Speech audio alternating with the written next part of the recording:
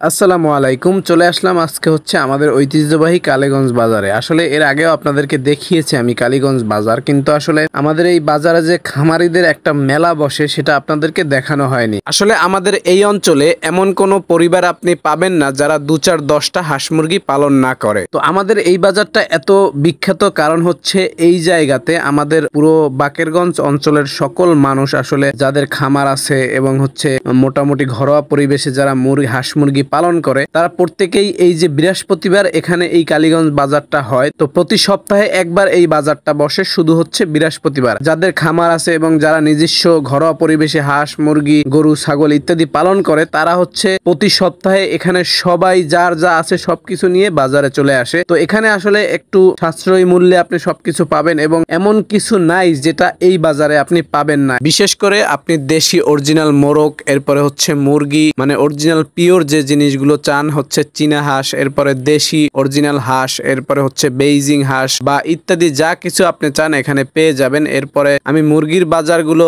দেখে আসলে আপনাদেরকে দেখাইলাম এবং মুরগির বাজারে সবার সাথে কথাবার্তা বললাম কিভাবে কি দাম রেট, এবং বর্তমানে এগুলো হচ্ছে এই জন্যই জানলাম আমার খামারে কাজে লাগবে এবং আমার বেচা বিক্রির হিসেবেও কাজে লাগবে, সেজন্য আমি সবকিছু ডিটেলসে জানলাম। তো এবারে আমি আপনাদেরকে নিয়ে আসলাম কবুতরের বাজারে। তো কবুতরের বাজারটা আসলেই অনেক বেশি ভালো লাগে, কারণ কবুতরগুলো এত বেশি সুন্দর। এটা হচ্ছে একটা সফট কর্নার, কারণ কবুতর একটা ভালো লাগানোর মতো জিনিস। তো যাই হোক, কবুতরগুলো দেখছিলাম, খুবই সুন্দর লাগছিল এবং কবুতরের লাভ লস এবং হচ্ছে হিসাব নিকাশ নিয়েও ওনাদের সাথে অনেক কথা বললাম।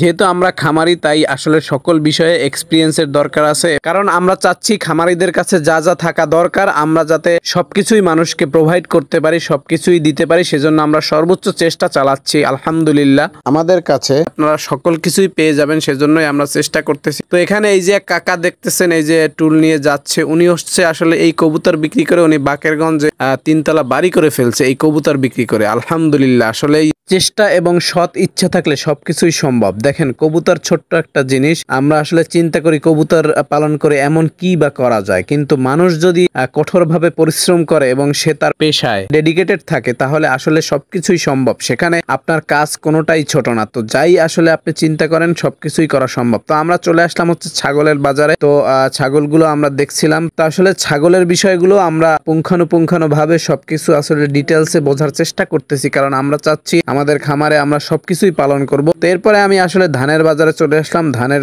দরদাম সবকিছু দেখলাম যে কি অবস্থা, বর্তমানে ধানের কি অবস্থা। তো বর্তমানে ধানের দাম আসলে অনেক বেশি চড়া, একটু বেশি, তবে যেটা ইরি ধান সেটা আসলে একটু কম দাম, কিন্তু আমরা যেটা খাওয়াই সেটা হলো হচ্ছে মোটা ধান, আমন ধান যেটাকে বলা হয়। তো সবকিছু দেখে চলে আসলাম ফার্মে। আমাদের জন্য দোয়া